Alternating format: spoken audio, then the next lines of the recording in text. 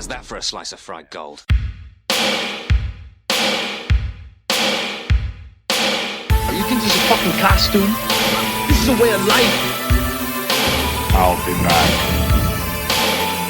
Just a flesh wound. I'm not gonna hurt you. I'm just gonna bash your brains. Take your sticking paws off me, you damn dirty ape! I'm sorry, Ben. I'm afraid I can't do that. It's alive! It's alive! It's alive! I guess everyone's entitled to one good scare, huh? Well, hello, and welcome to Cinema Shock. It's the podcast exploring the stories behind your favorite cult and genre films. We do all the research so that you don't have to. We're the three guys telling you everything you need to know about your favorite movies and the people who made them, so that the next time you're caught up in a nerdy movie conversation, not only will you know what is going on, you might actually be the expert. I'm one of your hosts, Gary Horn. I'm another one of your hosts, film historian Justin Bishop. And I'm writer-comedian Mr. Todd A. Davis. You may think co-hosting Cinema Shock is all drudgery, unwrapping behind-the-scenes stories and checking our facts against multiple sources, but I love it. And we'll think you'll love our 6th episode of our examination at the life and career of John Waters and his collaborations with Divine in our series titled Divine Filth. So that was a mouthful there, Todd. Yeah, thanks. Oh, wow. So here we are, fellas. We're here at the end of the series, the end of our John. Well, sort of. We'll get to that later. But for this whole series, if you've been following us along on this journey, what is this episode? What did you say? Episode 6? This is the 6th of our John Waters series. So if you've been following along for the previous 5 episodes, then you know that we've been kind of teasing the idea that John Waters was eventually going to go more mainstream.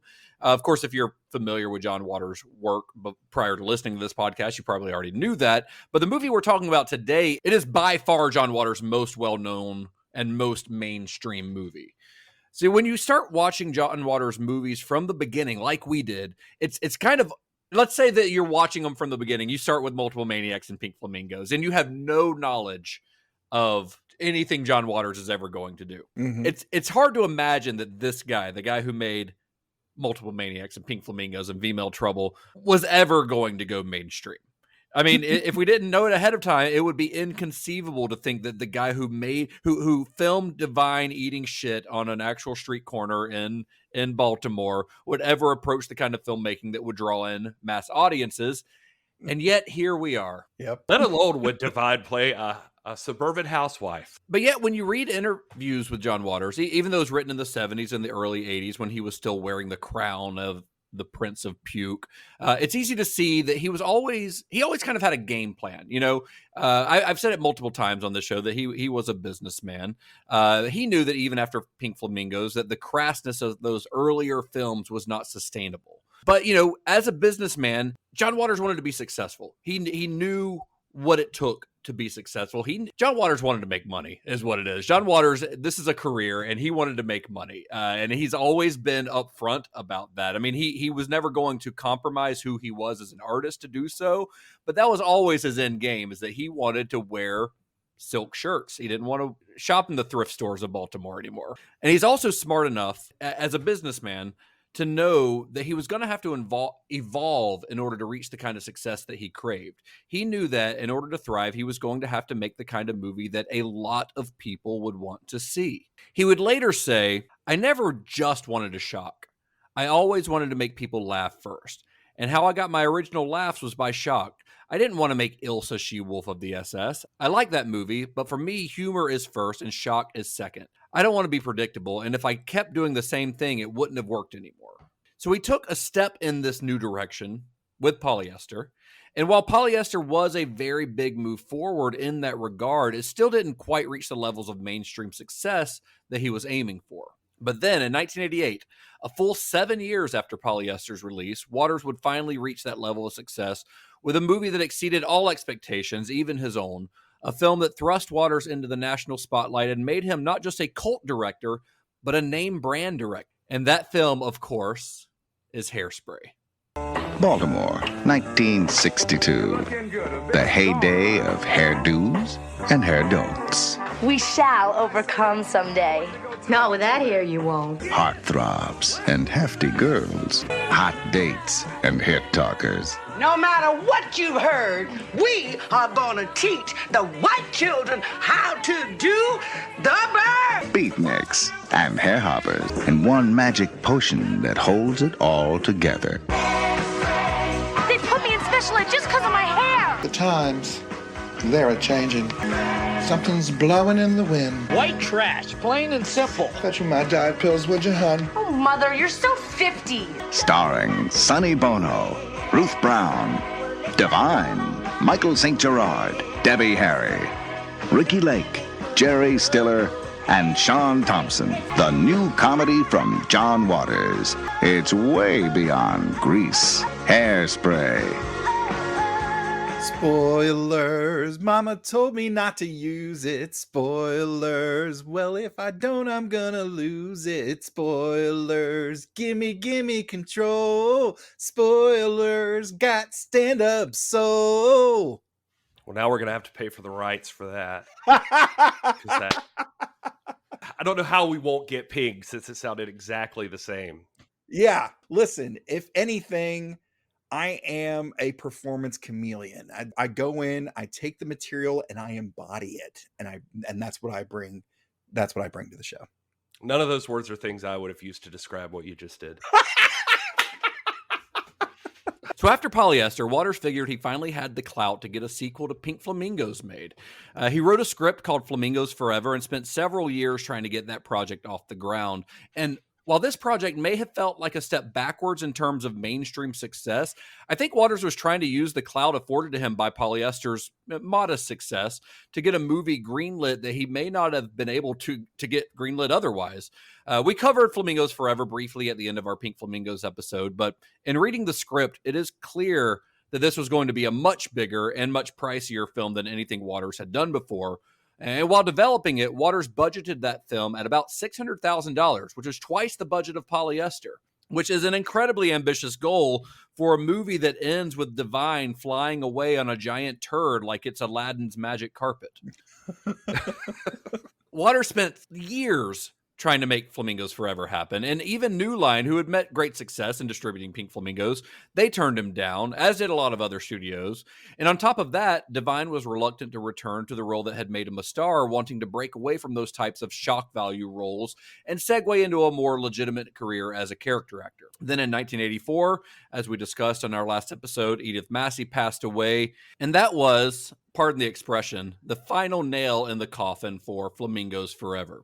By the time Waters conceded that that film was just never going to happen, it was 1985. He had gone 4 years without stepping behind a camera on a new film, and he knew that if he wanted to continue to make movies professionally, he was going to have to get another project moving and get it moving fast. So that brought him back to an old script idea that he had had back in the late 70s that was inspired by his memories of his teenage years living in Baltimore, watching a TV program called The Buddy Dean Show.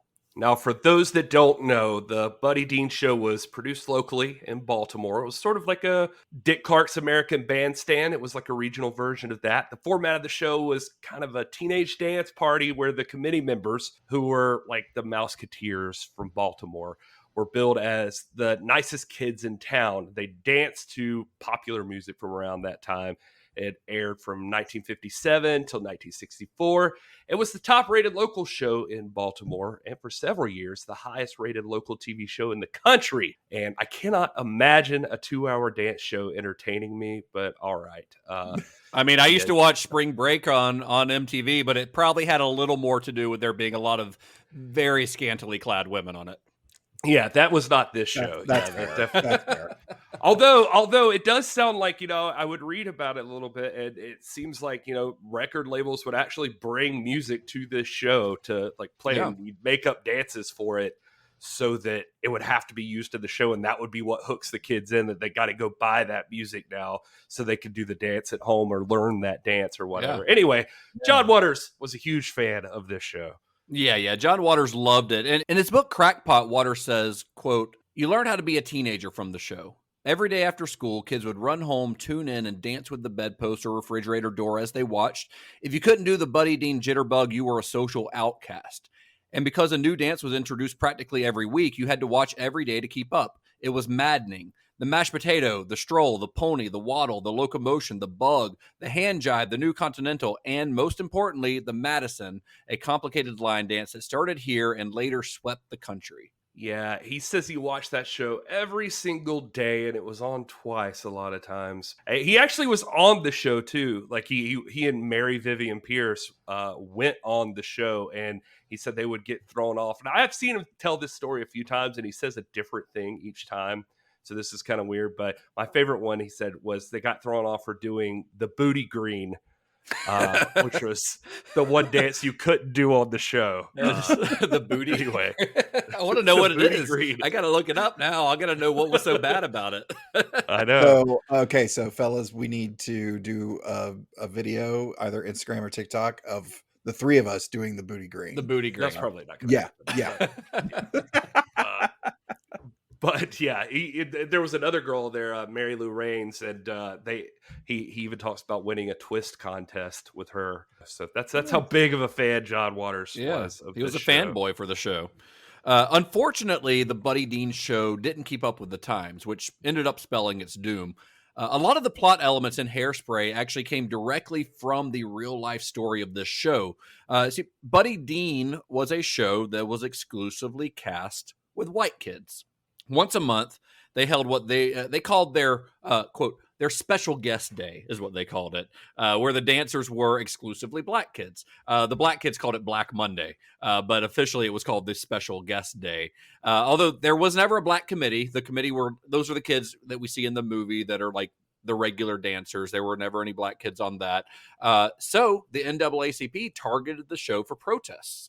And ironically, it was the Buddy Dean show that actually introduced black music and black artists to a lot of the white teenagers in Baltimore, including John Waters. Remember, I don't know if you guys remember this from our very first episode, I think, of this show, that it was him and Mink Stoll. Was it him and Mary Vivian Pierce? They like bonded over their mutual love of black music and black artists. And he learned to love this kind of music by watching the Buddy Dean show. And so you had all these white kids who were listening to black music, and they were even learning to dance from their black friends and listening to black radio stations, but they weren't letting black people on the show. Like it's pretty fucked up, Yeah. Buddy Dean himself, Buddy Dean being a real person, he was the host of the show. Buddy Dean tried to help matters by offering to have 3 or 4 days a week with an all black dance group. But that wasn't enough. The protesters, understandably, wanted the show integrated. They wanted white and black kids dancing side by side. Otherwise, it's not much of a gesture if you're still separating them and just giving them more airtime. You're still segregating people. And we see all of this in Waters' script for Hairspray. The Corny Collins show is very obviously a stand-in for the Buddy Dean show, but there's one big difference in Waters' story and the story of the real TV show. See, at the end of Hairspray, the Corny Collins show becomes fully integrated. That didn't happen with the Buddy Dean show. Womp womp. See, just like we see in the movie, the Buddy Dean show was picketed by integrationists, but the TV station that produced the show wouldn't allow the show to be integrated, claiming that Baltimore, quote, wasn't ready for that. At the end of Hairspray, Tracy and Seaweed dance their way onto the air, officially integrating the show. It's a happy ending, It's how many people wish things had gone, but unfortunately, history is a little bit messier. On August 12th, 1963, which was during one of the show's monthly special guest days, a group of black and white kids staged a similar sneak attack on the show, and it worked for a bit. This was a live TV show, right? This is not taped ahead of time. It's aired live. So the show had to go on, although the TV station did do their best to hide what was going on. If there was like a white guy and a black girl dancing together, the screen would dissolve into little squiggles and squares as a kind of crude form of censorship. So they would lower the lights and stuff, but you could still, they were doing everything they could to keep people at home from seeing that there were white people and black people dancing together on TV. Can't have that. No, it's absurd, right? So in the wake of this surprise integration came bomb threats, arson threats. People were the racist people around Baltimore were calling in threats to the TV station. Sometimes this happened so close to airtime that the show had to shoot in the parking lot. They still had to shoot the show because it's a daily show. It came on like 6 days a week, but they just had to move everything into the parking lot because there was a bomb threat to the building. I'm glad to know we're officially living in Todd's Star Trek future where these kinds of things don't happen anymore. Yeah, nothing like this. Yeah, right. Racism. The bygone era. So while the character of Velma Von Tussle in the movie makes a really great villain as a segregationist TV station manager, the real station manager was a guy named Herb Cahan. Is that how you say that? Herb Cahan, who was a passionate integrationist. He wanted the show to be integrated. Shortly after taking over as station manager in 1962, Cahan decided that the Buddy Dean show would either fully integrate or it would go off the air. He's like, this is the only way that this is going to go. But after witnessing the hysteria following the day of that surprise integration, he came to believe that although the kids probably wouldn't mind, their parents would not tolerate integrated dancing on TV. He told a local civil rights activist, he said, I can't resolve the problem with the parents. I have to get rid of the show. Because, again, and the TV station owners, they were saying Baltimore wasn't ready for it, but he's the manager, and he's trying to get it to happen, and he just doesn't think that it's going to be accepted. And so, on January 4th, 1964, which is nearly 5 months after the first and only day that white and black kids danced together on the show, the Buddy Dean show aired its last episode. Waters, of course, he witnessed all of this. He's growing up during all this time. He's watching this happen on TV. So when he began writing a story about teenagers in Baltimore set in the early 1960s, he wanted to work the integration storyline into the film. And he would say in interviews about it, he said that all that stuff did happen. To ignore that would be untruthful about that period. So he's like, if I'm going to write a story about essentially the Buddy Dean show, I'm going to do it warts and all. So using the real story of the Buddy Dean show, Waters set about writing the script for an upbeat teen comedy that was a far cry from anything he'd written before. There were, no close-ups of wart-covered penises. There was no nudity of any kind on this movie. Nobody eating shit. There were no shoe fetishes or dead animals or blood or puke or drugs or there was none of the things that John Waters had become known for up to this point. Maybe because there's a larger message here. I don't know. I was just thinking about this earlier. It's just like, wow, you really couldn't talk much about racism if Divine was also popping turds in the background. Right. So. Exactly. You got to get your message across. Popping turds. Well, even in this, the role that had been written for Divine, to your point, Gary, that role that was written specifically for Divine in the film was very subdued. In this movie, Divine would portray a moral, hardworking housewife and dedicated mother, a kind of a natural progression from the somewhat more grounded role that she had played in Polyester. Yeah, I think Divine had told John Waters, he said, nobody's going to call me a drag queen after this role. Yeah, one of the first scenes that you see Divine in, it's like her hair's up in rollers and stuff. She's looking rough. She looks better later in the movie when she gets her little makeover. But yeah, she's looking kind of rough there at the beginning. The whole thing, with one thing you can take away from this for sure, and like in the DVD commentary, John Waters is mostly just reminiscing the whole time. It's almost just like too much. Just like it's just cool to hear him talk about it. Just all the things that are accurate from this movie with like what was really happening at the time. Like basically just he talked about big hair, like Baltimore prided itself on its big hair. Yeah. And like there's a whole chapter in Shock Value that's it's not about like his movies or anything. It's just about Baltimore, but it's called Baltimore, the hairdo capital of the world is the name of the chapter.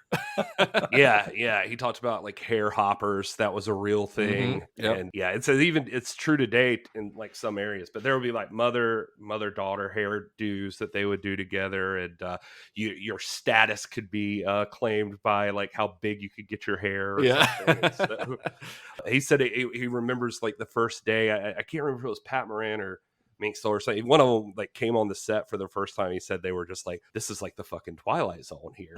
Like this is exactly like it used to be. Well, despite the more mainstream appeal of the script, raising money was still kind of difficult. Waters approached New Line, despite the fact that they had passed on Flamingos Forever, and they read the script, but once again refused to finance it. You see, New Line, they were growing, and they had just had a huge hit with a little movie called A Nightmare on Elm Street. And with the runaway success of that film, they'd established themselves as a kind of the big new thing in town. You know, they'd gone Hollywood. Literally, actually, they had moved their offices from New York to the West Coast. They were actually in Hollywood now. And they didn't seem to have time for another little underground John Waters movie. But refusing to give up on the film, Waters developed a pitch for the movie, and he started actually trying to sell it to other studios. This is really the first time he's had to do this. So he's having to pitch it to other studios. But he wasn't having a whole lot of luck until he came in contact with a guy named Stanley Buckthall, otherwise known as Bucky. Hey, everybody, my name is Bucky Buckthall. It does seem like he should talk like that. But, but Bucky... Bucky Buckthall. I'm going to make your movie. I Bucky... can toss a couple of bucks from Bucky over your...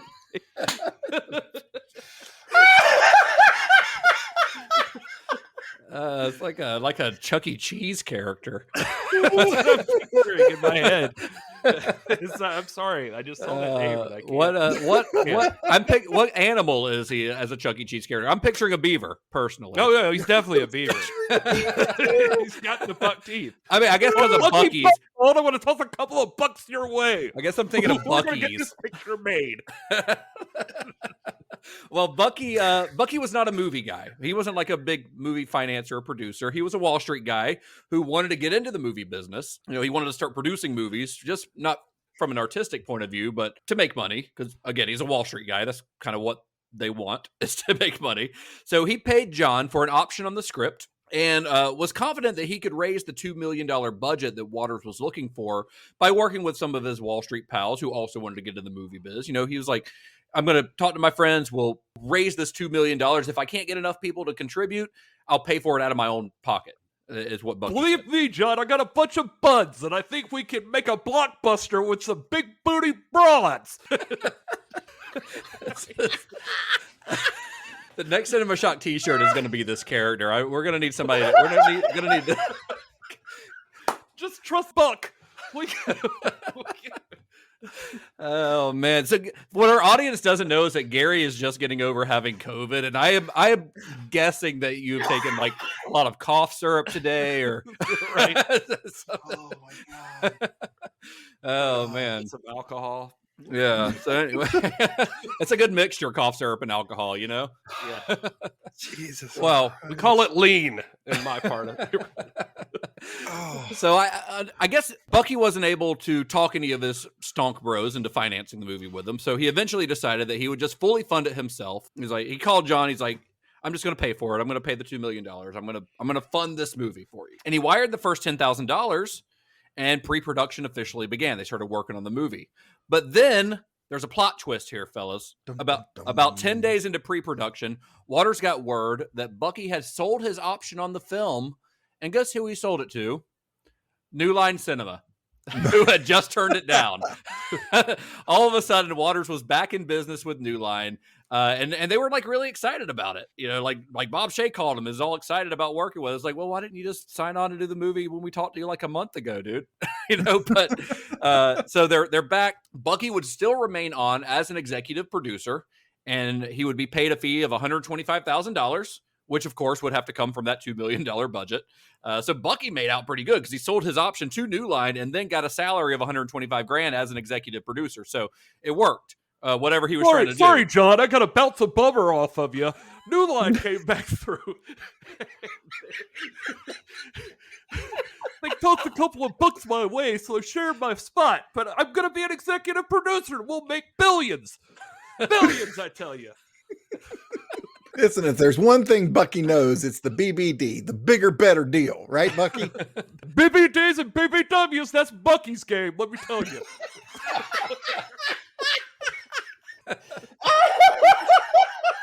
Oh, man. Jesus Christ. Shit. All right. So one of the reasons that Waters wanted $2 million for the film, because that's a big jump from the $300,000 that he had on polyester, $2 million. But one of the reasons that he wanted that much for it is because he knew that the music from the era, which the early 60s, would be integral to the story connecting with people, So the music budget was originally set at about $150,000, but New Line agreed to increase that to closer to $450,000 so that they could get the rights to real songs from that time period. Rather than having original songs written for the film, like songs that sounded like they were from the early 60s, but weren't. They wanted, music that people recognized. And in the end, there's only one original song in the film, and that's the theme song that plays over the opening credits, which was co-written and performed by Rachel Sweet. But everything else is, songs that were authentic to the time period that the Buddy Dean show was on. And another big plus for having a much bigger budget this time was that for the first time on a John Waters film, they were going to do things legit and bring the unions in. Remember, he's been dodging unions this whole time, really out of fear more than anything. Yeah. Not that he's not anti-union, he's actually pro-union if you listen to him talk about it in interviews, but he was just scared to have unions because he knew it would make his movies cost more. But this time, his movie's going to cost more anyway, so they can bring the unions in. And that means instead of a bunch of friends and non-professionals filling out roles in the film, Waters now had experienced actors and members of the Screen Actors Guild in his cast. So there'd be no help wanted ad posted in the Baltimore Sun for Hairspray. Yeah, like they had done in all their previous films. This time, no buses picking up random homeless people. Yeah, no buses and taking them 40 minutes away so that they couldn't escape. Right. no more of that. Yeah. This time, when Pat Moran began casting the film, she did it the old-fashioned Hollywood way. She went through agents and she held auditions, and that's how she got her cast on this. So Pat Moran is still the casting director on this, as she is on all of Waters' films.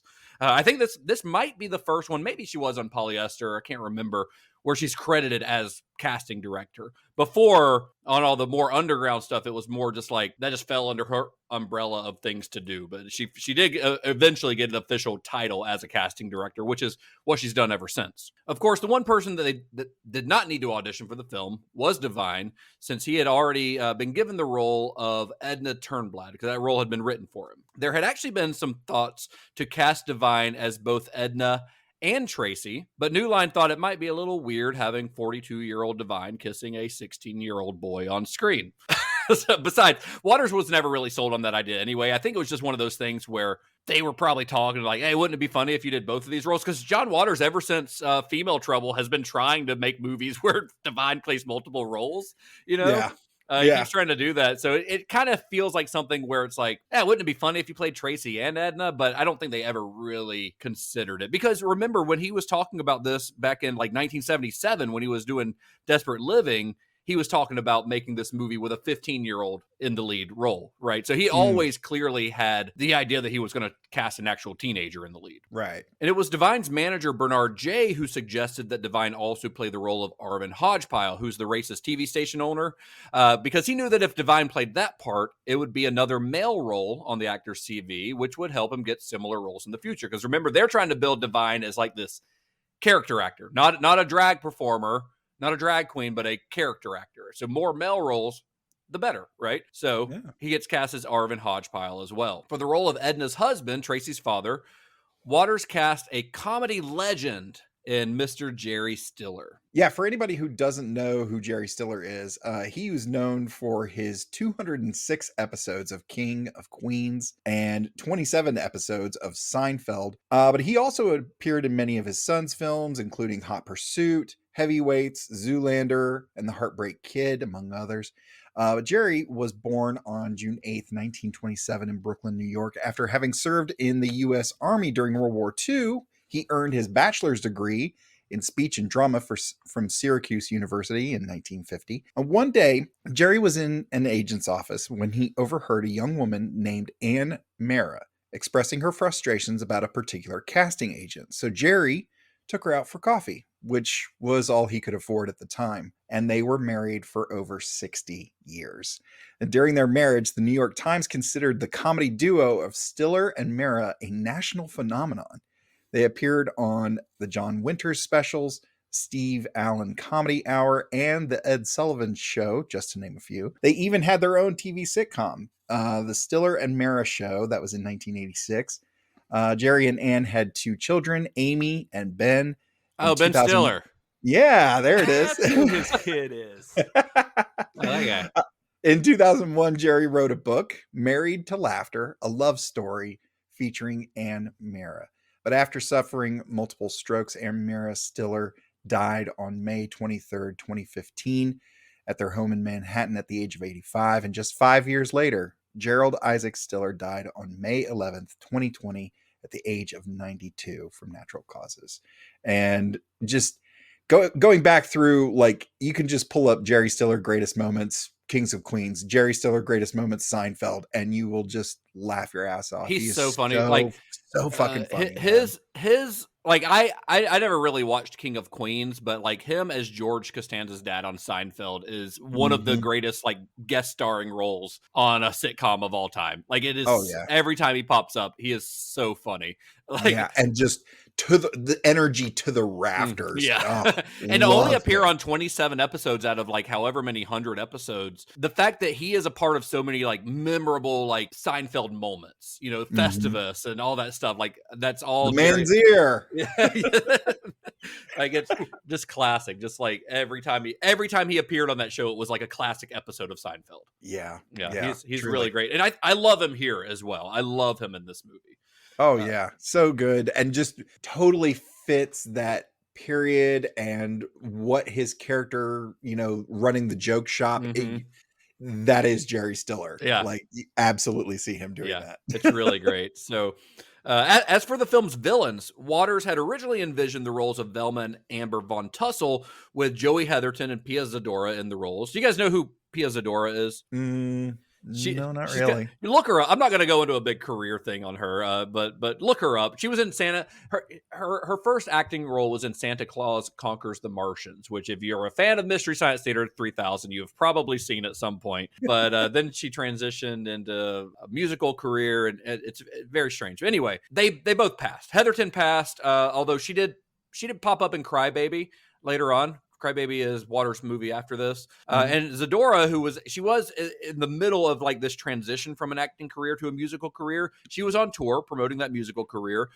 So she couldn't do it because of that, but she did manage to squeeze in a cameo in between tour stops. So she didn't have time to do a whole role, but she told Waters, hey, I can stop in Baltimore in between this city and this city.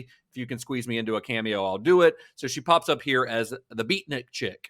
In a very memorable scene in the film. And then in that same scene, the Beatnik cat, which that's how they're credited, the guy, but it's Rick Ocasek, frontman of the Cars, being very weird.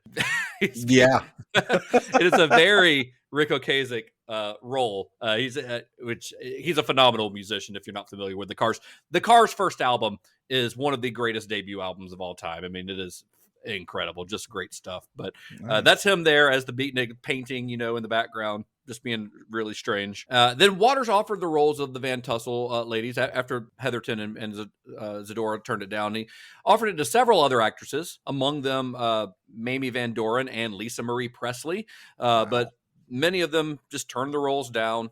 And eventually an actress named Colleen Fitzpatrick was cast as Amber. Now, Fitzpatrick, she was not very well known as an actress at this time. She was a professional dancer who, after Hairspray, she had a few other small film roles, but she's primarily known for her music career, where she performed under the stage name Vitamin C. Her self-titled debut album reached platinum level, primarily thanks to the hit single Graduation, parentheses, Friends Forever, which, if you went to high school anytime between like 1998 and 2005 or so, you definitely heard played during a graduation ceremony. It is the cheesiest fucking song. But it made her a lot of money, I would assume. The whole album was cheesy, but I had it in high school. Yeah, I don't know. I thought she was hot, but she was.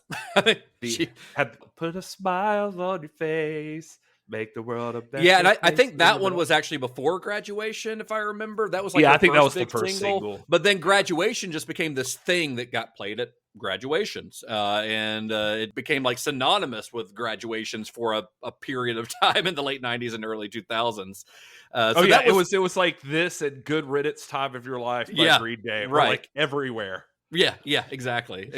So, Gary, prior to this, or either of you guys, I guess, I don't know why I directed this directly at Gary, but did either of you guys have a clue that vitamin C was in Hairspray? Had no idea. No.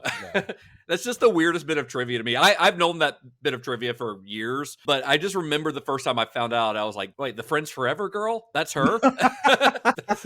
I feel like I remember hearing like back in the day that she was like an actress at one point or something, but yeah, I had no idea she was in Hairspray. Yeah, and Colleen Fitzpatrick, she would later work as the VP of music for Nickelodeon and then as a music executive for Netflix. So she stayed like in the music industry or in the music and entertainment industry, I guess you could say, which she still does as far as I know to this day. She might even still work for Netflix. I'm not sure. Yeah, pretty successful lady. Yeah. So good for her.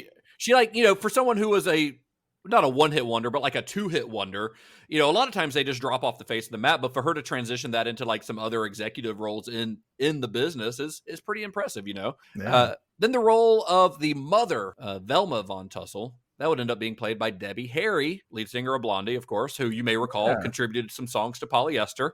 According to Harry, Waters wanted Harry to perform music for Hairspray, but just like on Polyester, her record label wouldn't let her do it. She had a very difficult contract with her record label, very restrictive. They did not let her work on anyone else's songs. So that didn't happen, but she did get to play the role, Then for the smaller role of Franklin Von Tussle, which is the father, Waters cast none other than Sonny Bono.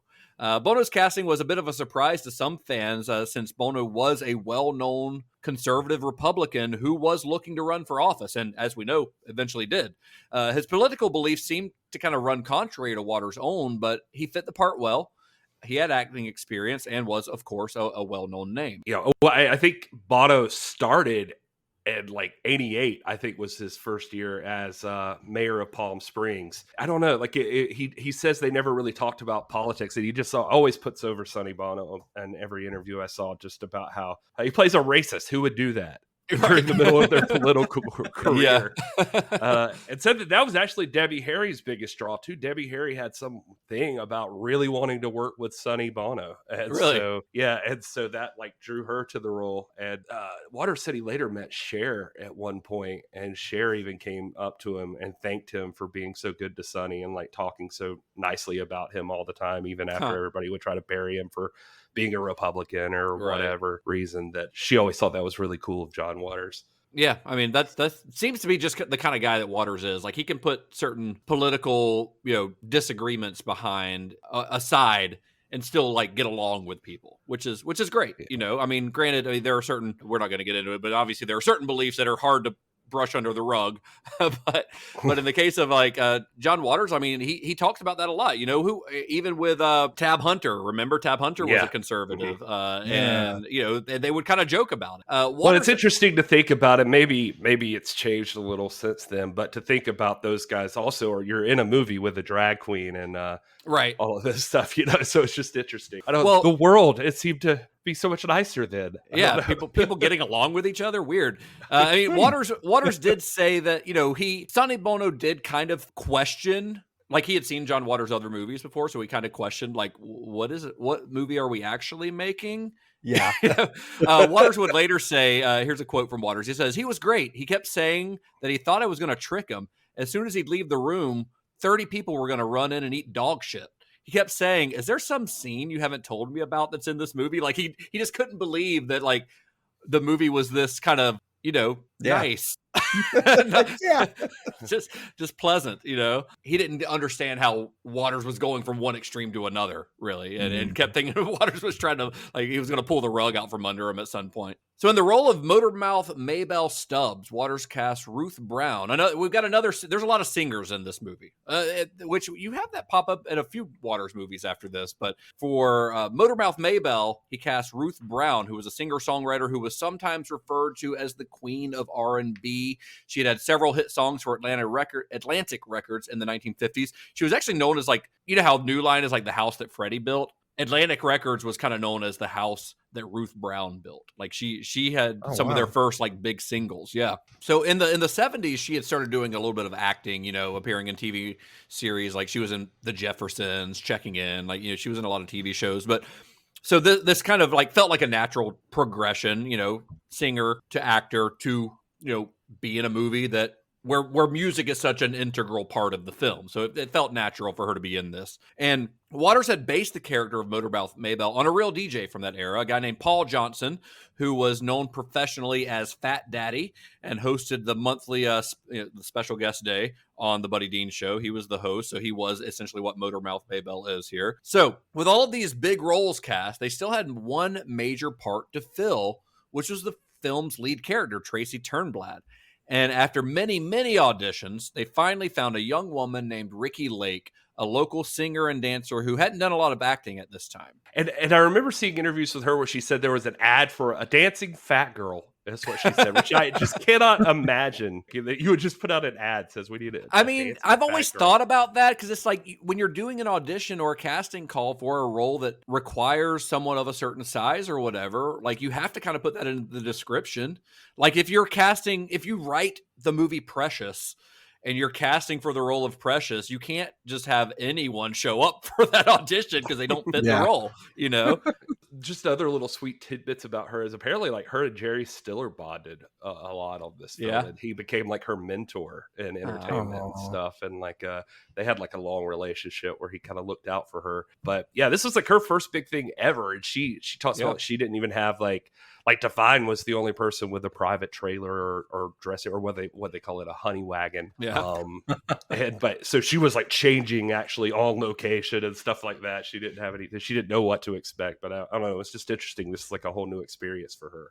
Well, that's the thing, you know, even though this is a $2 million movie, $2 million even in 1988 is still this is still a low budget movie. It might be higher than some of John Waters' other stuff, but this is still a low budget movie. They're still having to like squeeze every dollar they can.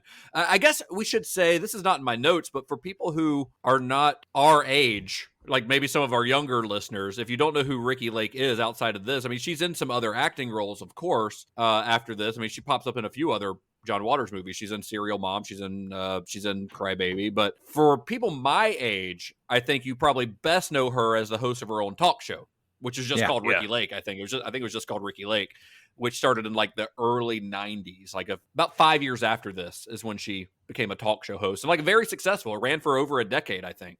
So and then she had another show a few years later. But you know, that is what I guess most of us that are my age know Ricki Lake as. I knew her as Ricki Lake, the talk show host, before I knew her as Ricki Lake from Hairspray, because I had seen her on TV, you know, during daytime TV when I was homesick or whatever from school, before I ever saw Hairspray. Yeah, I definitely knew her as a talk show host first. You call her a talk show ho. I did. Talk show ho. That was a slip. I do apologize. Sorry, Ricky. He didn't mean it. Sorry, Ricky. I really look at that. When you got Ricki Lake and you got Vitamin C, just making careers for themselves. That's right. Their jump start here, but totally becoming something else. Yeah. And, you know, the role of Tracy was kind of a tough role to fill because as Waters, he would later tell Film Journal, he said, if you don't like her, you won't like the movie. Which is right, because she is the central character. She's in almost every scene. You know, Ricky's real life persona, according to the way that John Waters describes it, is that her real life persona was very much like Tracy's. She was just perpetually cheery. She was never uptight about her weight. She was just like, this is just who I am. Very happy, having fun all the time, you know. Oddly enough, though, Ricki Lake and Divine actually found themselves at odds. At first, you know, the button heads a little bit. Maybe it's because Divine, this is hearsay, but this is kind of what John Waters thought might be the reason, is that Divine might have felt a little bit of resentment. You know, this was, after all, the first time that Divine was in a supporting role in a Waters movie, not in the starring role. But the ice was broken once Divine noticed that Ricki Lake wasn't used to wearing heels and began to give her lessons on how to walk in them. So that's kind of how they bonded. Divine also helped Ricki keep motivated to keep on her weight, because as the shoot went on, it was so rigorous that Lake started losing weight and she had to eat more to regain the weight needed for the role. So Divine was happy to help and she'd like come on to set up to Lake and just say, come on, Ricki, let's go eat a pie, or let's go eat a pot roast, you know, and like motivating her to eat more. Of the other major roles in the film, we've got there's Michael St. Gerard as Link. Link is kind of the love interest for Tracy. This was one of St. Gerard's first roles, but he would go on to work a bit more up until the mid-90s, and he kind of disappears. But a little fun fact that I found when I was looking into him, he played Elvis Presley 4 different times. Which, if you look at him, you can see why. He looks like a young Elvis Presley. He was in 1989. He was in Great Balls of Fire. And then again in a movie called Heart of Dixie that same year. Then he was in a 13-episode TV series about Elvis's life in 1990. And then again in 1993, he played Elvis in an episode of Quantum Leap. So he just made a short career for about 5 years of just playing Elvis. The other roles include Clayton Prince as Seaweed Stubbs, Leslie Ann Powers as Penny Pingleton, Joanna Havrilla as Prudy Pingleton, and Canadian actor Sean Thompson as Corny Collins himself. I don't have any good stories about any of these people. They're not in a whole lot of other stuff. They just kind of pop up in Hairspray and then sort of disappear, honestly. Yeah. Leslie Ann Powers literally does I don't think anything else really. Yeah, which is weird because I think she's really great in the role. I think she's really good. Yeah, I was going to say the combo of her and Ricki Lake is they're both just very charming in this movie together. Mm-hmm. It was disappointing to find out. I even saw, I think I found a Facebook page post from Ricki Lake from, this is a few years back, where she was saying she always wondered what happened to Leslie Ann Powers, that she loved working with her, but just never kept up with her. Yeah, it's really strange. Maybe the acting life just wasn't for her. But of the original Dreamlanders, only Mink Stoll has a significant role in the film. She plays Corny's assistant, Tammy. Susan Lowe has a very small role as an angry mom outside the principal's office. And then, when Ricki Lake is waiting for the principal there towards the beginning of the movie. And then Mary Vivian Pierce has a one line on camera as a mother who scolds Seaweed and Penny when they're holding up the line for preteen day, Yeah, I think Mink was, all I could find from her was that she was just happy to be the good guy, and this was the first time she didn't have to fuck up her hair for John Waters. They just she just got to wear a wig, so she was pretty stoked about that. And I guess you could say that there were two new Dreamlanders who enter the fold in this film. You've got a guy named Alan J. Wendell. He plays Mr. Pinky, who owns the, what's it called? The something hideaway, where they that sponsors Tracy. Mr. Pinky. He goes on to play in every John Waters film after this. Alan J. Wendell does. And then Rosemary Noer, who plays the special ed teacher, and Doug Roberts, who plays Patty Pingleton.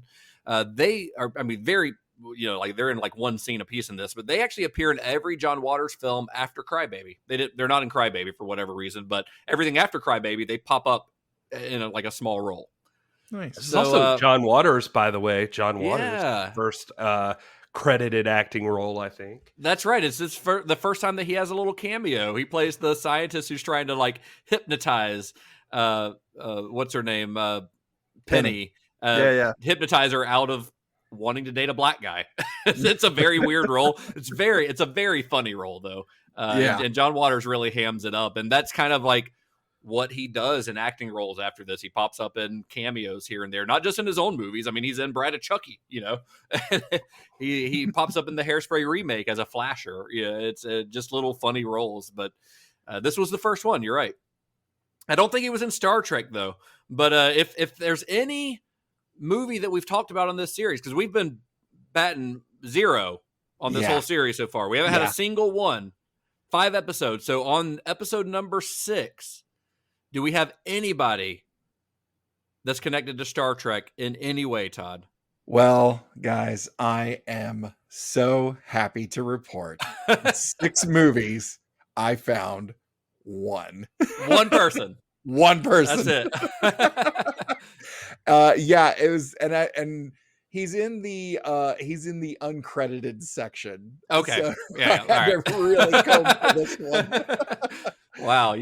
I appreciate your diligence, Todd. Yeah. Just clicking. No, this is the only movie. Okay, let's start again. Go to the next person. This was Stephen Wozniak, who is an uncredited dancer. Also appeared in Star Trek Enterprise, Season 1, Episode 25, 2 Days and 2 Nights. That was from 2002. That episode was directed by Michael Dorn, aka Worf. So there's your one. That's it. I like to think that Worf cast him because he loved Hairspray. Yeah. You were in Hairspray? That's a possibility. You never know. Yeah. So that's everybody in Star Trek for 6 movies. Well, I'm glad you finally got to to do your little dance there, Todd. Yay! Well, in addition to having a more experienced cast that he had on previous films, with his $2 million budget, Waters also was able to get a more experienced crew than he had before, although he did keep Dreamlanders Vince Piranio and Van Smith in their key roles as production designer and costume designer, respectively. Of course, the downside to having more money means that you've got more people to answer to. And with Hairspray, Waters would find that he'd had to deal with producers in ways that he never had before. Although New Line claimed, when they joined the project, they're like I said, Bob Shaye was very excited. He's like, yeah, we're so excited to work with you again, John. We're going to be very hands-off. We're going to be very hands-off with this. They said that they would be, but that didn't really end up being the case. New Line ended up sending a woman named Rachel Talalay to Baltimore. So Talalay had, oddly enough, she had been an unpaid production assistant on Polyester. That was her first ever role in a movie. She was an unpaid PA on Polyester. Wow. She served in that same role a year later on Alone in the Dark, which is another New Line production, another movie that Robert Mayer, the production manager for John Waters, would work on. And she would end up working her way up the ranks at New Line over the next couple of years. And by the time Hairspray came around, she was highly trusted by Bob Shaye, and she was sent to Baltimore to oversee things for a few days. But the studio later decided that she should stay for a few weeks longer to protect their commitment. So what was supposed to be just her, approving the budget, checking things out, being like the studio eyes, she essentially becomes the studio spy and the on-set producer. And eventually her role grew into an official producer on the film. And that is what she is credited as alongside Bob Shaye. If you're watching the opening credits, it says produced by Robert Shaye and Rachel Talalay. So she essentially became New Line's enforcer on set, doing whatever it would take and spending however much it would take to turn Hairspray into a mainstream movie. Now, a little side note. Talalay, she had dreams of one day being a director herself. And to her credit, she did eventually become one, making her directorial debut 3 years after Hairspray with the New Line produced Freddy's Dead, The Final Nightmare, or as I like to call it, the worst Freddy movie. I rewatched all of those last year, and that one takes the cake as the worst Freddy movie, in my opinion. Man, I tell you what, part 2 gives it a run for its money. Part 2 is boring as hell to me. Part two is very I learned to appreciate part 2 more after watching the Scream Queen documentary, about the guy who plays the lead in that. And I agree. 2 would be my next to last though, but 2 has a little bit more going for it than The Final Nightmare. But Rachel Talalay, after she did that, she followed that up with the techno horror film Ghost in the Machine 2 years later. I don't know if you remember that one. I remember seeing it when I was younger, but I do not remember anything about it. So I guess that tells you how good it was. And then she did Tank Girl 2 years after that, which is a movie that I like, that I can't claim as good, but I do like it. Yeah. I was gonna say, definitely remember Tank Girl. Yeah. My wife's a big fan of Tank Girl, so I've seen it. Yeah. I've seen it often. And now Rachel Talalay is a well-respected and very busy television director. Go look at her IMDb and look at how many episodes of television she does regularly. Wow. She is a busy woman. So she worked her way up. She wanted to be a director. This producer thing was just kind of like a step on that journey, and then she became a director. So good for her, but she did have to be an enforcer on set. I mean, a lot of the stories that I've heard from her come from Robert Mayer's book, because they butted heads a lot, because he's the production manager. So he's the guy in charge of the budget. And then this producer comes in and just starts adding things on and spending money. And he's like, well, where's that money coming from? Because we have a $2 million budget and you're just spending money left and right. So it comes from his side. It comes across as a little frustrating, but that's because that was his side of the business. So yeah, she was used to the Freddy money, just from being from New Line. I mean, that first Freddy movie is still pretty low budget, but yeah, maybe not as low budget as this. I think it's about $4 million or so. I think that sounds about right. Well, principal photography for Hairspray began on June 1st, 1987. And I'm sure by this point, our listeners won't be surprised to know that most of the film was shot in the greater Baltimore area, just like all of John Waters' movies. But I said, what a switch up. But Hairspray shoot actually began with a rare excursion to another location, which was Allentown, Pennsylvania. Which is like a few hours away from Baltimore, but they shot there because they needed to film at a place called Dorney Park and Wildwater Kingdom, which was an amusement park that would stand in for Tilted Acres Amusement Park, which is the one owned by the Van Tussels in the film. And, that's the one where at the end of the movie, the race riot takes place, the amusement park there. Dorney was chosen because it had enough like old-fashioned rides that it could pass for an amusement park circa 1962 without them having to like build stuff. So they had to find a location that would look like an early 60s amusement park. This place fit the bill. And one of the reasons that this location was chosen as the first place to be filmed was because that riot scene would require a lot of extras. It was a big scene. It was the biggest scene in the movie. So that allowed the production to get the biggest scene in the movie out of the way immediately, like first week of filming, and we're done with this big scene. I don't know if it's a good thing for Allentown that the movie shoot was just like, we need to start a race riot. Where's the best place to do that? Filming then moved from Allentown to the Baltimore area, utilizing locations like the Perry Hall High School, in the Baltimore suburb of Nottingham, and the Baltimore County Jail, which we've seen used in another John Waters movie. Remember, it was used in Female Trouble. And here that doubles as the Montrose Reformatory for Girls. And then the film's television station, WZZT, was a local studio in Baltimore that was used for a lot of commercials, So it was an actual like TV studio, which made it perfect for the filming of the interiors of the Corny Collins show because, it is not just the stage itself, but the studio itself was used. And John Waters would actually later use that as a sound stage in Cecil B. Demented as well. Have you guys seen that one, Cecil B. Demented with Stephen Dorff? I have seen that. That's a fun one. That's fun. It is fun. I actually really like that one. Filming for Hairspray concluded in late July of 1987, and editing started soon after. Well, for the first time on one of his films, Waters wasn't 100% hands-on for editing. Rachel Talalay told Waters that they, quote, didn't have time for that, and that the editor could edit the film, and then John could look at their assembly afterwards, which would have been just fine since Waters was set to work with Charles Ruggiero, who he had been working with since Female Trouble. But Talalay and New Line decided they needed a Hollywood editor. I put that in air quotes, which our listeners cannot see. And then they flew in an editor named Janice Hampton, who had started a career as an assistant editor on Rocky, a movie, by the way, that John Waters hates. And you can find multiple quotes of John Waters talking about how much he hates Rocky. I don't know why, but he fucking hates that movie. He really does. I don't know. I love Rocky. So I was gonna say. But I tried to find one of the exact quotes, but it was in my book, and I just couldn't. I couldn't reread the whole book to find it. Right. But the point is, like, this lady, Janice Hampton, she had nearly a decade of experience by this time, and Ruggiero was allowed to stay as co-editor, but he didn't get along with Hampton or her assistant editor. They told him he had no business working on a movie of this scale. And Ruggiero, he kind of felt like he'd been betrayed by Waters. He's like, well, why are you bringing in these outside people who don't want me in the room, even though it wasn't really his decision? He did sign off on it. But he ended up quitting the film, and the two never worked together again.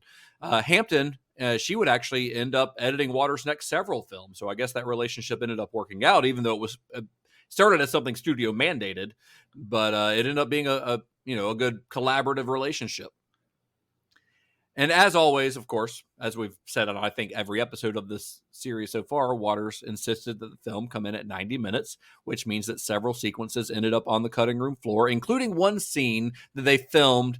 It was at the amusement park, set at Tilted Acres, that saw Motormouth Maybelle in a bumper car running down a couple of folks who were played by two of the original Buddy Dean cast members. They'd given them a couple of cameos, and it was during the kind of like leading up to the riot, but there was some tension, and Motormouth Maybelle is kind of trying to run them down in a bumper car, but that ended up on the cutting room floor. I think you could find it. I think it's on the Blu-ray, maybe, or maybe I saw it on YouTube somewhere, but it's out there. I mean, the footage exists.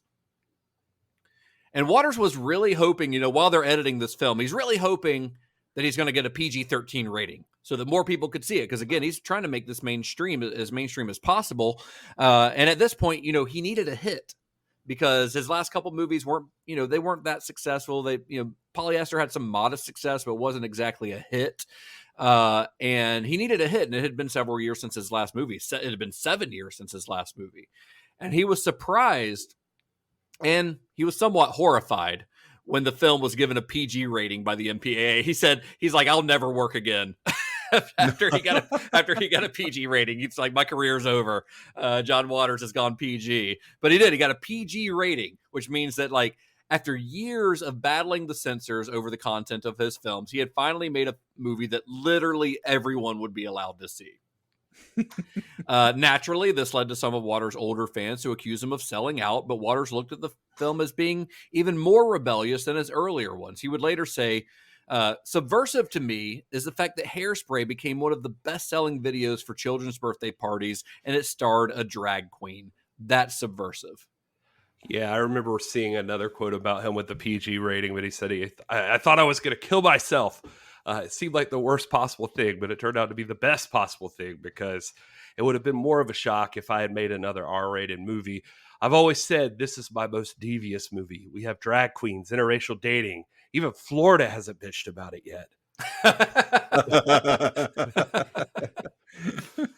So after a sneak peek screening in Los Angeles in January of 1988, Hairspray had its official premiere in Baltimore on February 16th of that year, and then was released coast to coast on February 26th, making it the first time that one of Waters' films received a nationwide release without a gradual rollout. Remember, Polyester was rolled out over the course of several months.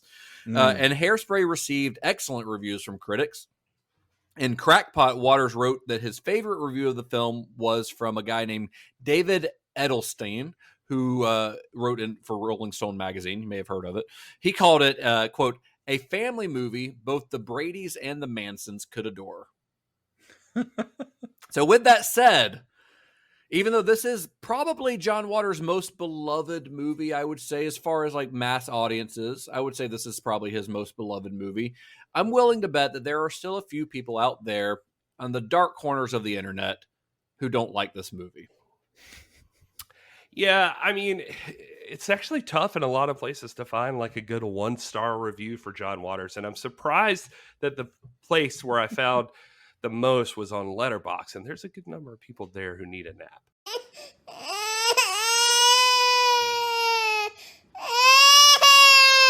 And that's legit on IMDb, where I think everybody's kind of bitchy about something. Like, there were no like 1-star, 2-star, 3-star. Like, everybody was kind of cool about Hairspray. But that's kind of cool. Yeah. Over on Letterboxd, though, you had people like Burks and I don't even know what this name says. Half star. It doesn't matter. He's not listening. Yeah, it's true. And it's a recent review too, June of this year. It says, this movie is worse than Teen Wolf. I see why they remade it. Sometimes you can tell when a movie is going to be trash in the first 5 minutes, and I knew it was going to be trash. John Travolta's Edna was better. All of the Motormouth Maybell's lines rhymed. The integration was more about Tracy than the actual black characters. But when we got to our skin is white but our souls are black, I said, but who wrote this shit? They need to be shot dead, out loud, in real life. Disgusting, shameful. Also, this movie truly ruined any fondness I'd had for 60s era movies about pop culture, unless it's about black people. What a strange thing to say. Yeah. Also, I love this. This has happened a few times on the show, but I love when someone says like, this movie is worse than or better than this other movie that is in no way related to the movie that they're reviewing. Hairspray is worse than Teen Wolf. Like, why are you comparing those two things? This Michael J. Fox had big hair in that movie. I guess the hair is the only thing that links those two movies together. Yeah. This is my favorite review I found, and it's from Tom Pettigrew Gay. I like that. Tom Pettigrew Gay. Okay, I see it now. Half star, I am a racist. Well, at least I understand why that person doesn't like the movie.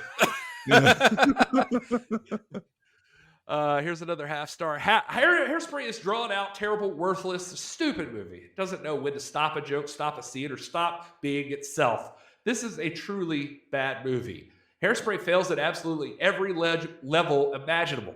The performances are absolutely god-awful. Not a single actor seems cast well, and not a single actor delivers a lot of dialogue worth recognition. Which leads me to the script. The script for this movie is so terrible it should win an award. Hairspray has jokes that are so outlandishly over the top and in your face. This film doesn't know the first thing about subtlety. Even things like the technical aspects don't work. The editing is absolutely awful. Cinematography is bland. Costume design is cheap. And the production design. Hairspray is just simply a bad movie. It seems like the filmmakers didn't even care about what they were doing when they were making this movie. Nothing about this movie is good in the slightest. It's bland, boring, unfunny, tasteless, and most impressively, ridiculously terrible. Ridiculously terrible. Wow. Yeah, that's it. That's all I got. Really. That's all you got? That's all of them? Yeah, that's all the bad reviews. Not very many of them, huh? Those were the most coherent bad reviews. And even those weren't that coherent. There's a really good one that I found. I don't know if this is they didn't do a star rating, so I don't know if it's a positive or negative review, but it's from a letterboxed user named Shark Chomp Chomp. And his review just says, "What if straight people were gay?" There is that. Well, guys, we heard those people's opinion. Now let's talk about our own opinions on this, because I mean I've seen this movie as much as any other John Waters movie, maybe more than this. Might be the one I've seen the most. But had you guys ever? Was this your first viewing? Either of you, Todd? Yeah, it was yours. Yeah. This is a first viewing for me, and I like it. It's fun. It's we found a John Waters movie Todd likes. Yay! It's it took 6 episodes, but we got there. We did it. The message is pretty straightforward. It's also kind of a love letter to that era of clothing and hair and music and all that stuff. But the message is I don't know. I wonder if, had I seen this years and years ago, like how would I feel differently about it in light of all the things, going on in the world today? Just because the message takes center stage, I feel like. And it's really, it makes me excited to visit the live version that I think was on NBC not too long ago, as well as the musical, remake. Yeah, from, both of which are great. Yeah. So I'm looking forward to it. I enjoyed it. I actually got Kat Davis, my wife, to watch a Cinema Shock movie. Did she enjoy it? She did. She did. She had actually seen it before. Okay. So this was not her first go around. And Gotcha. but yeah, we had a fun night watching Hairspray, and I'd watch it again. I don't know that it's one that I would seek out regularly, like a once a year viewing, but if somebody was sitting watching, hey, it's Hairspray, yeah, sure, let's watch Hairspray. It was fun. It's so weird to think that John Waters made this movie after everything else that we've seen. Yeah, for sure. It's just, I don't know. I feel like I remember watching this like a long, long time ago, but I didn't remember anything about it. So this felt like a first time viewing. Yeah, so at least felt like a first time viewing. But and I've seen the remake, but I don't know what I expected, but this was like so just charming and sweet that I didn't know what to do. I mean, but it feels like more like John Waters seems like as a person. It does. So. That's a good way to put it. I agree. It's like, because John Waters definitely, like, he's a very pleasant person. He doesn't seem like the kind of like guy that would make Pink Flamingos, when you listen to him in interviews, at least in modern interviews. Now you watch him in some older interviews and he kind of does seem like that guy, but yeah, you're right. I mean, he's very charming but still very quirky. I mean, cause this is still a very quirky movie, it's mainstream, but it still feels like John Waters he's not selling out. He's still making the movie that he wanted to make. It still feels very kitschy in the way that John Waters movies feel kitschy in like a very specific way, that when people are a couple episodes ago I brought up a movie called but I'm a teenage but I'm a cheerleader with Natasha Lyonne, and that movie like the aesthetic of that movie is like what you think of as like a John Waters-esque aesthetic.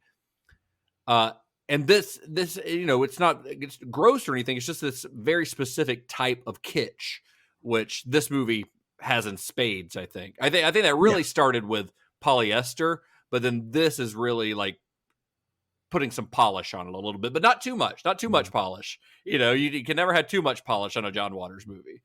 There's like a straightforward story, but it has the weird stuff. Like, I mean, there is that like John Waters character in the movie, right? Coming in with the fucking spitty hypnosis thing, and like, and just that whole process, his whole storyline, like that's like a weird aspect of this. And you still have Divine as the mom. Yeah, she's playing it pretty straightforward, but it's still Divine, right?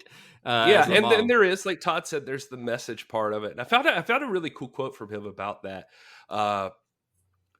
That I wanted to mention, and I guess this is as good a place as any, but where people were talking about the message of that movie and getting it in there. Because I think in the last episode we mentioned, he talked about getting to be subtle or sneak in a message in there. And it is a movie with a message, but this is a really interesting way he puts it, because I kind of feel this way a lot of times too. They talk about why does he think this still works? Because he was talking about how like Sonny Bono was in it, and he's like, even conservatives love this movie, and liberals and all of this stuff. Like, well, why do you think that is? And he says, quote, "The reason this works is because I wasn't preaching. I wasn't making the other side feel stupid. I was using humor to get your attention, and I was making fun of liberals too. I always have. I make fun of the rules that liberals live by. All rules to me are interesting to break. That's the basis of humor." So Hairspray is a message movie that never once gets on a soapbox. So people never even realized it was a message movie. I just made a movie about a subject that I knew and had an experience with, and I had tried to tell it in a humorous way that stayed off that soapbox. I think the soapbox just eventually makes people go the other way. Yeah, I love that quote. That's great. I mean, you're right. I mean, when we talked about towards the beginning of this episode, I included all those details of the Real Buddy Dean show for a reason, for a couple of reasons. For one, of course, this whole show is about the stories behind your favorite cult and genre films, and that is quite literally the story that inspired Hairspray. But most of us would have never even heard of the Buddy Dean show if John Waters and had not made this movie, right? But what Waters is doing with Hairspray obviously isn't based on a true story tale of the Buddy Dean show, but it does take the history of those real life events and kind of uses it for its own purpose. He rewrites history. Basically, he's rewriting history, not unlike what Tarantino did in Inglourious Bastards or Once Upon a Time in Hollywood, on a smaller scale, but he's still rewriting what actually happened. He's giving us the happy ending that we all wish that story had, which is fun. And in making this film, though, this kind of goes back to your quote a little bit there, Gary. John Waters, he has one goal in mind, and that's to entertain his audience, And one interview after another, as I've been working on this series, John Waters says again and again that none of his films are political, but time and time again, we've seen that isn't exactly the case. His films are not usually overtly political, but he's absolutely instilling them with his own politics, whether he means to or not. And I honestly have a feeling that he does mean to, and is just being kind of cheeky about it some of the time. Right. But Hairspray is definitely his most overtly political film. But it's also not a film that's like setting out to cure racism, It's not. John Waters he wasn't making this movie thinking that I'm going to fix racism forever with my movie, right? What he's doing is he's making a difficult part of American history accessible to as many people as possible. Because you see, what we didn't talk about before is that the Buddy Dean show's segregation wasn't an exception to the rule. There were similar local dance shows like the Buddy Dean show all over the country, and they all had identical policies when it came to white people and black people dancing together. Even American Bandstand, when they were still just a regional show in Philadelphia, had that same rule. And that policy was they don't dance together. That was it, So what Hairspray is doing, I think, is it's encouraging its audience to take this fight to integrate the corny Collins show seriously. And it makes it like it is an issue for the characters in the film, so it becomes an issue for the audience, right? But it does it does it by using comedy and campy costumes and dance and song, all designed to celebrate and kind of satirize the early 60s. And like you said, Gary, it does it without ever getting on a soapbox or being preachy.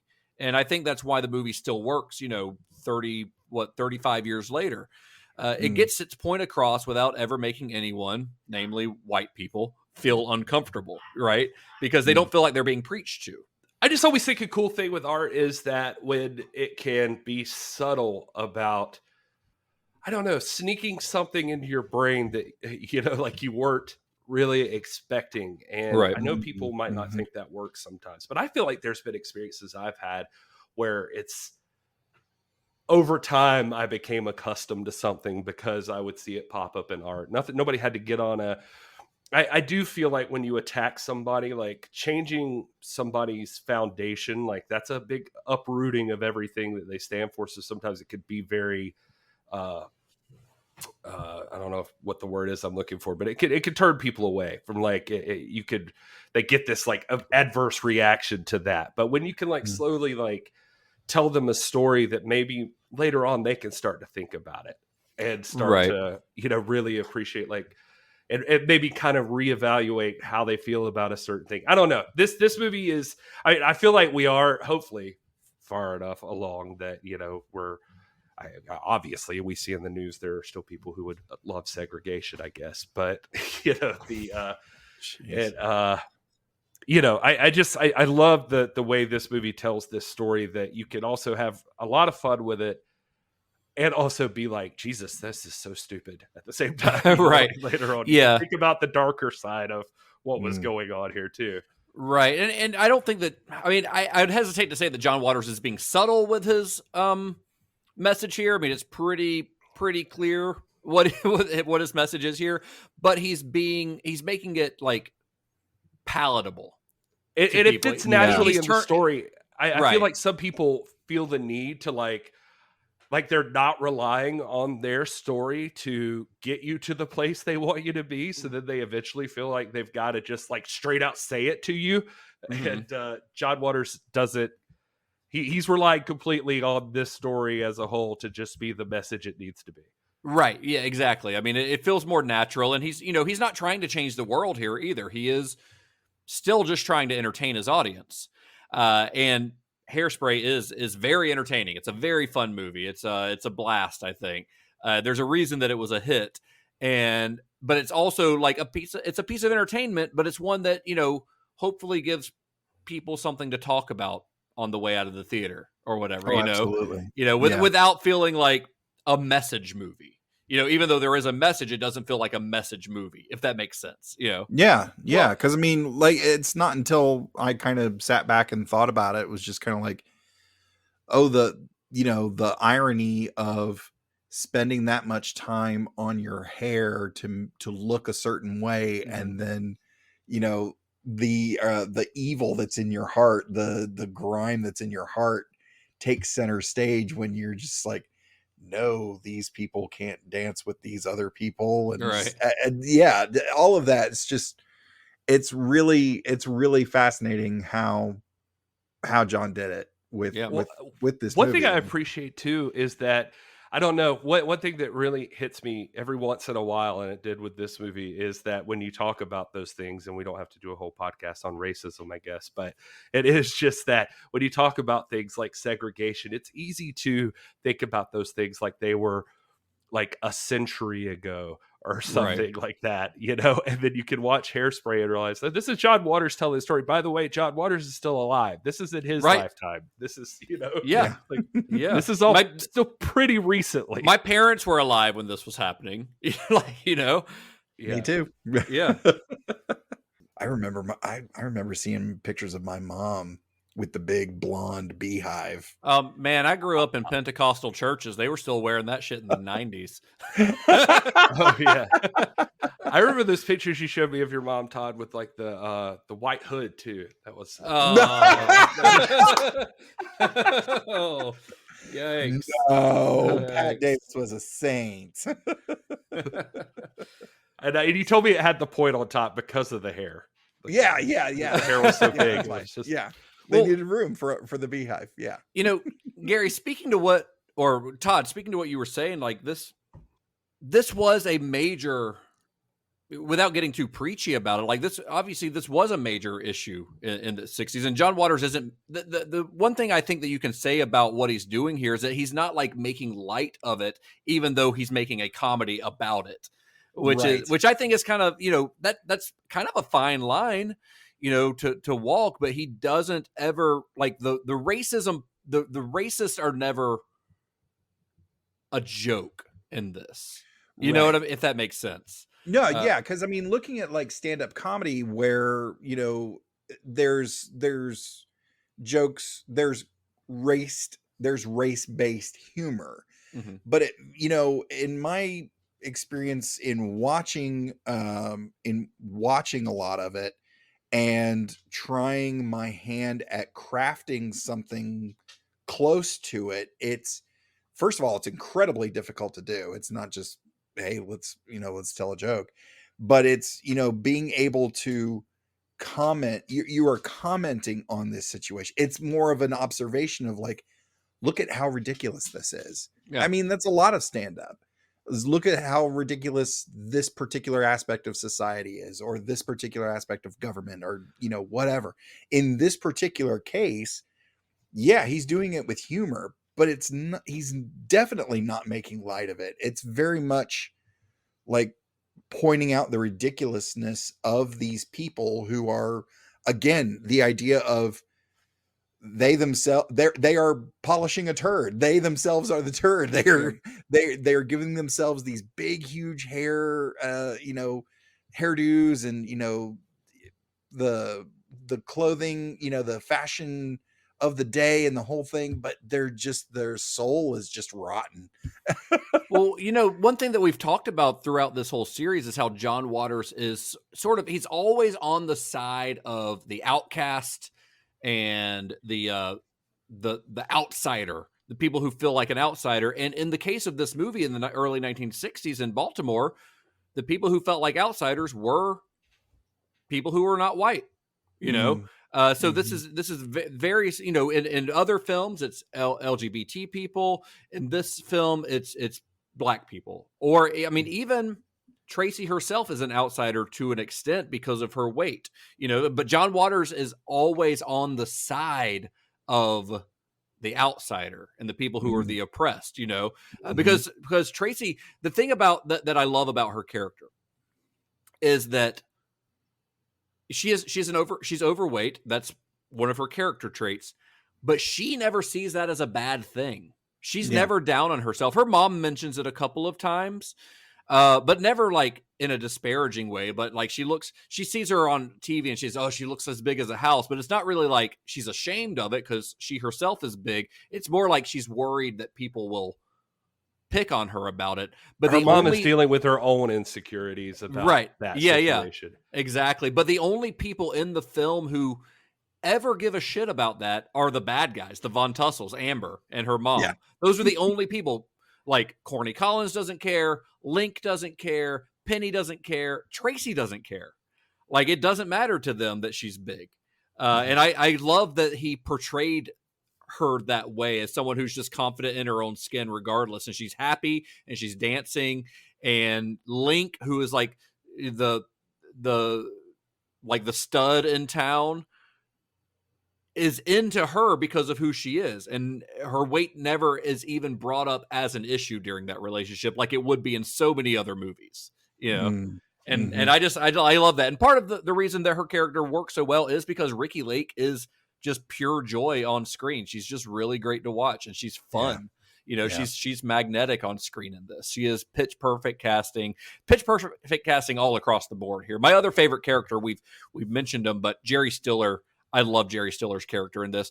Not just because of Jerry Stiller's performance, which I love, but I love the way he's written, because I think Tracy's father is like, he's a very tender, just precious person who's just very supportive dad. Yeah, because he's written that way in the remake as well. I mean, that's just the way that character is. But Jerry Stiller does portray him perfectly, as does Christopher Walken in the remake, I think. Mm-hmm. Well, I guess now, guys, it's time for our further viewing segment. This is a tough one. These John Waters ones are all tough, but I'm going to let Todd start, because I think you have something. I don't know if Gary has anything, and I don't know if I have anything, but I know Todd has something. So I'm going to let you start, Todd. What do you have for a further viewing on this one? Yeah, this one I was kind of, off mic, we all discussed that, I think this series, probably more than any series we've done so far, has been really tricky to find companion pieces to go with these that aren't super obvious, of like, well, watch another John Waters movie, right? Something like that. So, as I was going through some stuff, and of course, taking a look at the life of Jerry Stiller and all of that as well. One movie did jump out at me, and I was just kind of like, okay, I can see some similar themes here. So from 1995, written by director Stephen Brill and Judd Apatow, the tagline is, "They don't run the fastest, they don't jump the highest, but they sure are getting the last laugh." The features Tim Blake Nelson, aka Buster Scruggs, comedy director Paul Feig, and SNL's Kenan Thompson. Wait, Paul Feig is acting in it? He is acting in it. Wait, are those the top billed names, or is there another star of this that you're not mentioning? Yeah, those are not the stars. Okay, because I'm like, those are featured players in the movie. I don't have a clue what this is. I mean, that tagline sounds familiar, but I can't place it. It's Heavyweights. Oh, Heavyweights. Also starring Ben Stiller and Jerry Stiller, yep. and his mom, and Mara. So yeah, to be honest, it was, the kids kind of, hey, it's okay to be who you are. Yeah, and we can have some fun. Yeah. So I think this would make a good companion piece, and it came out roughly 10 years later. So 95, kind of a nice decade jump there. Yeah. You got anything, Gary? Yeah, I mean, this probably sounds stupid, but I thought of it in two different ways. One was like movies to encapsulate like a time period really well. Mm-hmm. I mean, I think an easy answer there would be like Grease, or like something like, I think I even Pretty in Pink or something like came to mind for some reason for me. But then also I thought about it in ways like Outcast going to a competition, and I thought of like Pitch Perfect. I thought would be an interesting combination with this. Nice. I also thought of Magic Mike at one point, but then I was like, I don't know if that works, but it'd be kind of fun. Well, this was a tough one for me, and I had to think about it. I mean, the obvious easy double feature is like, let's just watch the Hairspray remake, I guess. But that seems like a cheat. So I kind of thought, let's do a double feature of two movies that spawned successful musicals. Ooh. So Hairspray, 1988, the original version of Hairspray, and the original version of a movie that we have actually discussed the remake of, the original Little Shop of Horrors, the Roger Corman Little Shop of Horrors. So that was the only place that my brain could go for it. So that's where I ended up going. It'd be a weird double feature, but they're both high camp, and I think it could work. Yeah, I think that would be fun. Yeah, that makes perfect sense. So sure, and then you can do another double feature of the musical versions. Double feature for sure. Yeah, so there you go. So financially, Hairspray was a mild success, grossed about $8.2 million domestically, but as many other films, as we've discussed from around this same time period. When it hit home video is where it really became a smash hit. And Hairspray was huge on video. It did $8.2 million on a $2 million budget, and that's just domestically. I couldn't find the international numbers, but that's not bad, But then, on home video, it became like one of the highest, most rented movies of the year. Almost 2 decades after Pink Flamingos, John Waters and Divine finally had another bona fide success on their hands. But unfortunately, it was a success that Divine would not get to celebrate. So as we've discussed, Divine was working hard to get more roles outside of Waters' films, and with the help of his manager, Bernard J., his career as a character actor was on the cusp of taking off. Between Polyester and Hairspray, Divine had appeared in Alan Rudolph's Trouble in Mind, which stars, I think, Chris Christopherson, but he played a gay male gangster named Hilly Blue. The role had actually been written with Divine in mind, and although the film itself received mixed reviews, Divine was excited about the possibility of playing more male roles in the future, breaking away from the female roles that he'd been pigeonholed in. Well, after Hairspray, Divine was set to tape a guest appearance on the TV sitcom Married with Children as a character named Uncle Otto for the season 2 finale. And the plan was for Uncle Otto to become like a recurring character on the show. This was supposed to be his debut on the season 2 finale, and then he would become like a character that would pop up every now and then on the show, kind of like Jerry Stiller on Seinfeld, like a regular occurrence. Well, after spending the day at the studio for rehearsals, Divine returned to the Regency Plaza Hotel in Los Angeles, where he had dinner with friends before returning to his room. And then shortly before midnight that night, on March 7th, 1988, just 2 weeks after Hairspray was released, Divine died in his sleep of heart failure. He was only 42 years old. Oof. Divine's body was flown back to Maryland for his funeral, where John Waters gave a speech and served as one of Divine's pallbearers. Hundreds of mourners showed up to show their respects, including celebrities like Whoopi Goldberg, who left a wreath on Divine's grave that read, "See what happens when you get good reviews." That just makes me love Whoopi even more. John Waters in one interview talked about, in a sadder tone, it was after you've worked hard your whole life and you finally succeed, I think you deserve more than 2 weeks to enjoy it. Yeah. But there was one really good interview, and I think it was the New York Times or it was USA Today or something, but they asked him, the reporter did ask him, "Do you remember the last time you saw Divine?" And this is what he said, and I thought this was really sweet. He said, "It was the Odeon restaurant in New York. It was the last table on the downtown wall on the right, and it was 2 days after his play had opened. He arrived in a limousine. God knows who paid for that. And we just had dinner. Just remembering all the things that had just happened. The Hairspray had opened. We'd gotten all these great reviews, and we were just having a celebratory dinner with just the two of us. And I think we talked about what we wanted to work on together in the future. It was just a happy, happy night. If you had to pick a last night, that was a great one." Oh, that's good. Wow. And Divine's legacy does live on.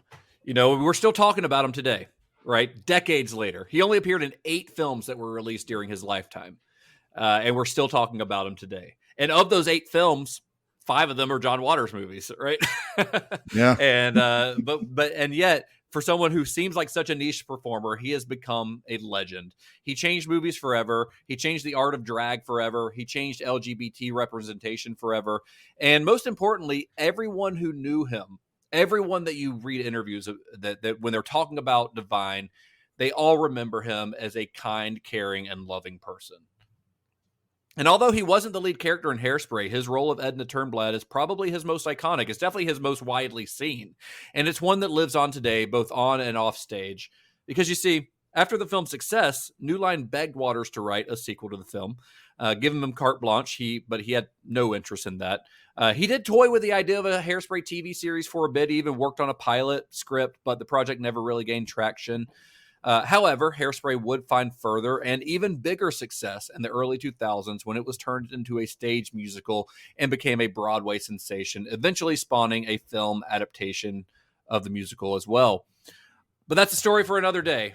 and another episode. So while the story of the legendary partnership between John Waters and Divine may be over, the legacy of their collaboration lives on today.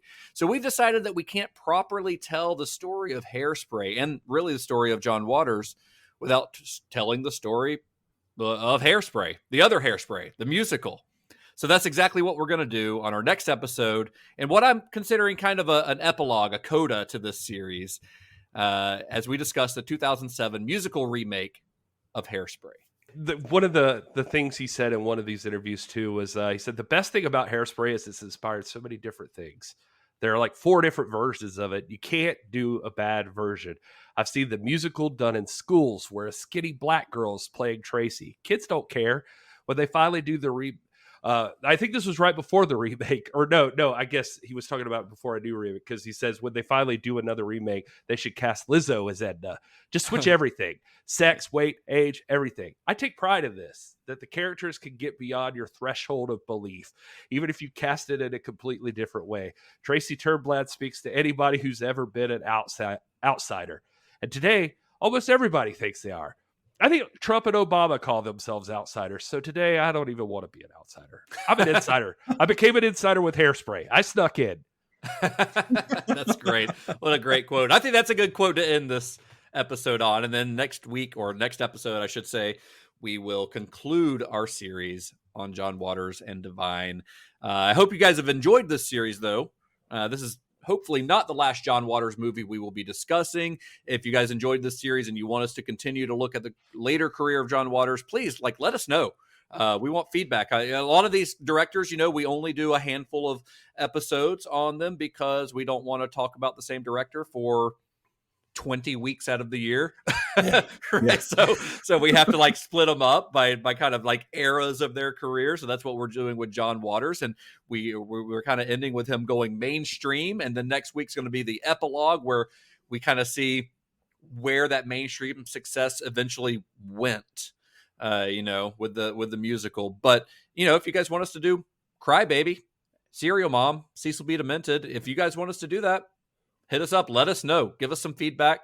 Or if you want to hear us do, another Cronenberg series or any of the other directors that we've only partially touched on, let us know who you want us to talk about, because that's we're here for you. So our next episode is coming up hopefully in a couple of weeks here. I know Gary just got done traveling. I'm about to do some traveling, so our recording schedule is all out of whack right now, but we will get that next episode to you as soon as possible. And if you are subscribed, then you'll get a little ping on your little smartphone when it comes out. Hey. We're doing this for you. We're doing this on a Tuesday night. That's right. My wife hates me right now.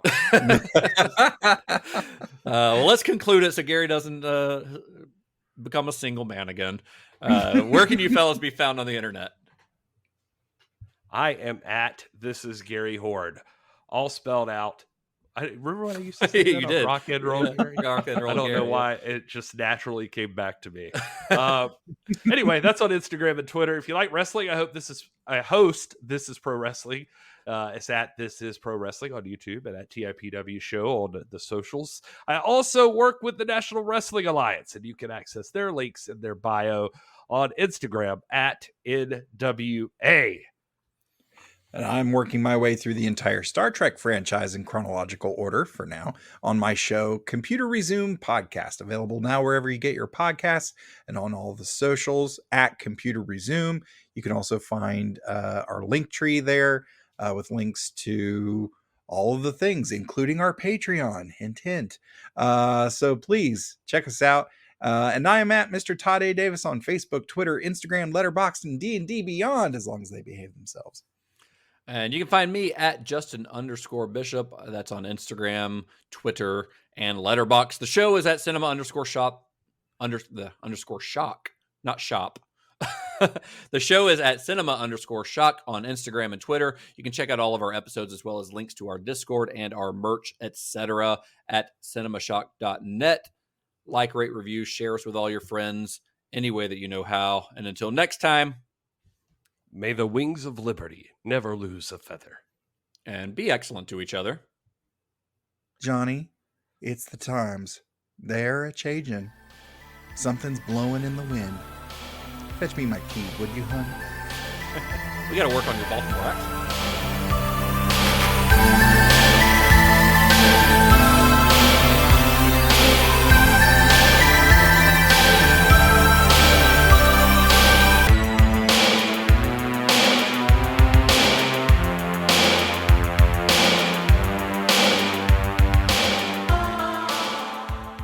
As we discussed on our last episode, Edith Massey passed away, and that was, pardon the expression, the final nail in the coffin for Pink Flamingos. Oh, fuck, I fucked it up. I said the wrong movie.